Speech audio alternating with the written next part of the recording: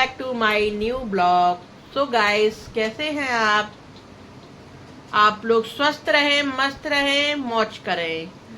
तो आज है संतान सप्तमी, यानी कि आज माताएं अपने लड़कों के लिए व्रत रहती हैं। तो आज हम भी व्रत हैं, ऊपर भाभी भी व्रत है और पड़ोस में 2 भाभियां हैं, वो भी व्रत है। तो आज सब लोग मिलके संतान सप्तमी की पूजा करेंगे। सो गाइस, कौन कौन है तो कमेंट में लिखिएगा।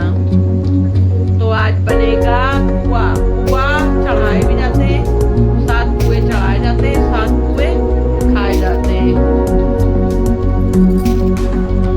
अभी मैं पूजा करने में लगी थी और मम्मी मेरा वीडियो बनाने में लगी है। क्या कर रही हो सृष्टि?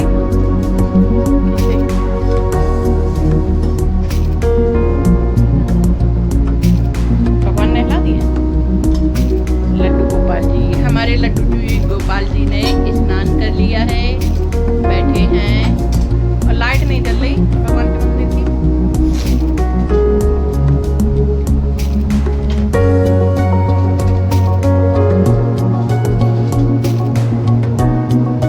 भक्ति भाव से करना पूजा, श्रद्धा से। तो हम बनाने जा रहे थे पुआ, तो शुक्ला जी भी एकदम से आ गए ड्यूटी से, तो बोले जल्दी से हमें खाना बनाओ, हमें फिर से जाना है। तो ये मंजन कुल्ला कर रहे हैं, नहाएंगे और अब हम पुआ बाद में बनाएंगे, पहले इनके लिए खाना बनाएंगे। अभी पूजा की तैयारी हो चुकी है, सब लोग आ चुके हैं। तो उसकी जो मामी हमारे साथ पूजा करनी थी वो भी आ गई है, मम्मी भी आ गई, मामी सब तैयारी भी हो गई। अब पूजा होने जा रही है, चलो।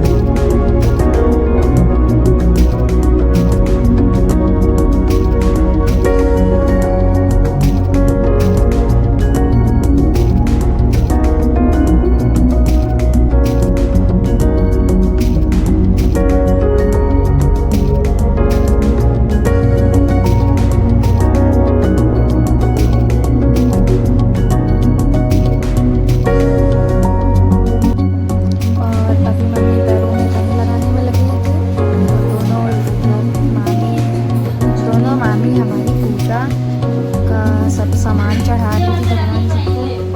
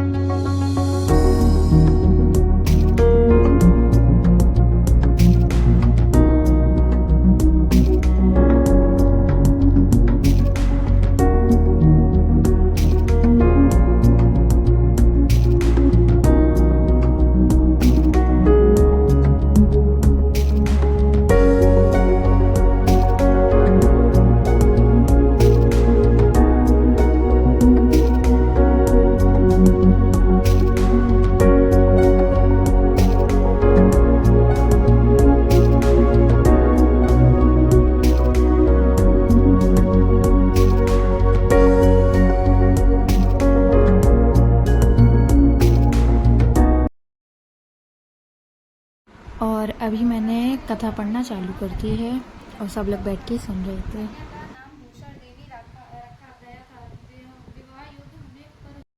जाती थी। मूसर देवी के अत्यंत सुंदर स्वर्ग चंद्रमा के समान धुंधर भी कर्मनिष्ठ सुशील स्वभाव वाले 8 पुत्र उत्पन्न हुए। वह शिव के व्रत का ही पुनीत फल था। दूसरी ओर शिव विमुख रानी के गर्भ से कोई भी पुत्र नहीं हुआ। निसंतान दुखी रहने लगी। रानी और ब्राह्मणी में जो प्रति पहले जन्म में थी वह भी वह अभी बनी रही। रानी जब वृद्धावस्था को प्राप्त होने लगी तब उसके एक गूंगा व बहरा बुद्धिहीन अल्पयालु एक पुत्र हुआ और वह 9 वर्ष की आयु में ऋण भंगुर संसार को छोड़कर चला गया। अब तो रानी पुत्र शोक में अत्यंत दुखी हो व्याकुल रहने लगी। देवी में दूसर देवी ब्राह्मणी रानी के यहाँ अपने जब पुत्रों को लेकर पहुंची, रानी का हाल सुनकर उसे भी बहुत दुख हुआ, किंतु उसमें किसी का क्या वश है।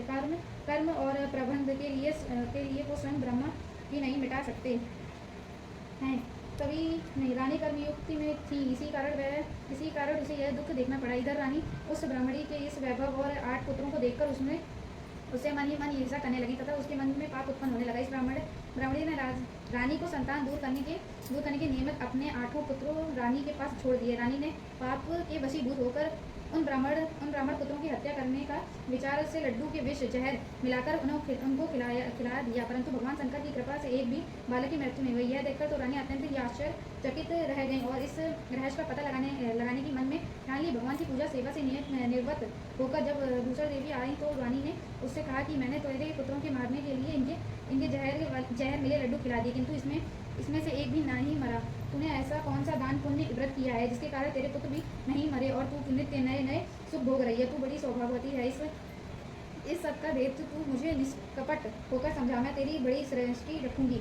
रानी के ऐसे दिन वचन सुनकर भूषण ब्राह्मणी कहने लगी, हे रानी सुनो, तुमको 3 जन्म का हाल कहती हूँ जो सो ध्यानपूर्वक सुना। पहला जन्म में तुम राजा नहुस की पत्नी थी और तुम्हारा नाम चंद्रमुखी था। मेरे नाम ब्रह्ममुखी था और मैं ब्राह्मणी थी। हम दोनों अयोध्या में रहते थे। मेरी तुम्हारी बड़ी प्रीति थी। एक दिन हम तुम दोनों सूर्य नदी के स्नान करने गए और दूसरी स्त्रियों का संतान सप्तमी का उपवास शिव जी की पूजन आचरण करके देखकर हम दोनों ने भी उस व्रत को करने की प्रतिज्ञा की थी। तुम तो राजमर्द के कारण सब भूल गई और झूठ बोलने का तुमको दोष लगा, जिसे तुम आज भी भोग रही हो। मैंने इस व्रत का आचार विचार सही नियम पूर्वक सदैव किया और आज भी करती हूँ। दूसरे जन्म में भी तुम्हें बंदरिया की योनि मिली तथा मुझे मुर्गी की योनि मिली। भगवान शंकर की कृपा से इस व्रत को प्रभाव तथा भगवान को मैं इस जन्म में भी न भूलूं और निरंतर उस व्रत को नियम अनुसार करती रहूं। तुम अपने इस संकल्प को इस जन्म में भी भूल गई। मैं तो समझती हूँ कि तुम्हारे ऊपर जो भारी संकट है उसका एकमात्र यही कारण है और कोई दूसरा इसका कारण नहीं हो सकता। इसलिए कहती हूँ कि आप अब इस संतान सप्तमी के व्रत को करिए, जिससे तुम्हारा एक संकट दूर हो जाएगा।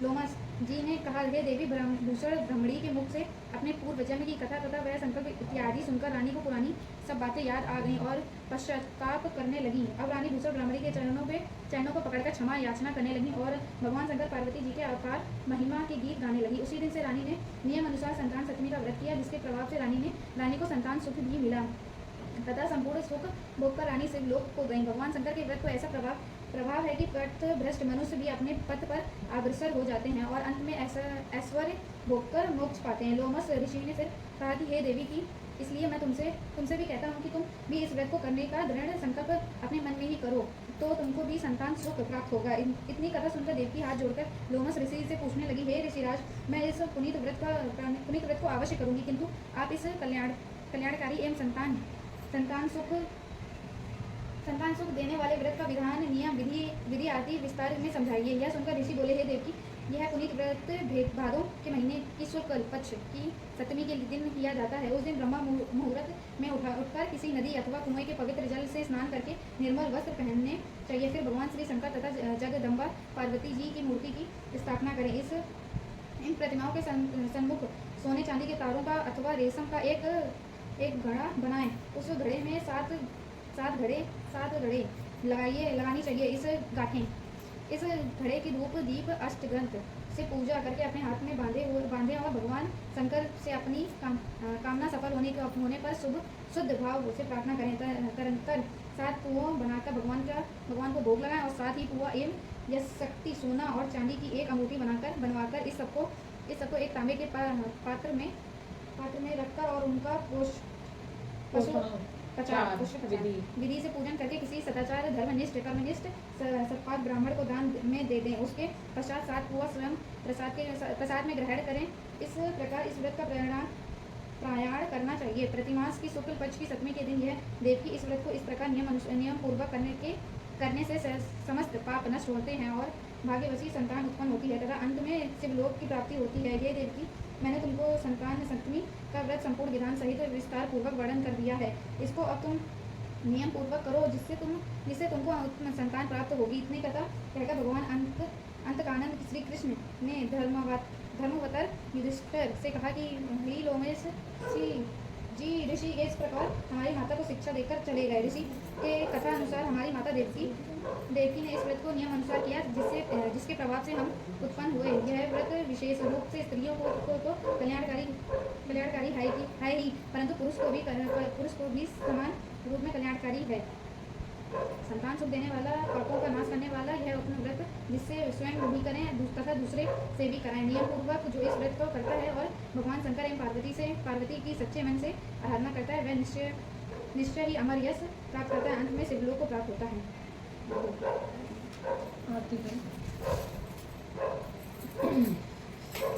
घंटी ले आए लोग घंटी देंगे ये बहुत तगड़ी है। हमारे हाथों का दर्द हम करेंगे, हम हिलाएंगे, आप आरती करेंगे। ना हमें ला दें, घंटी लाने में कहा जा रहा है। चलो ठीक है, पढ़ो।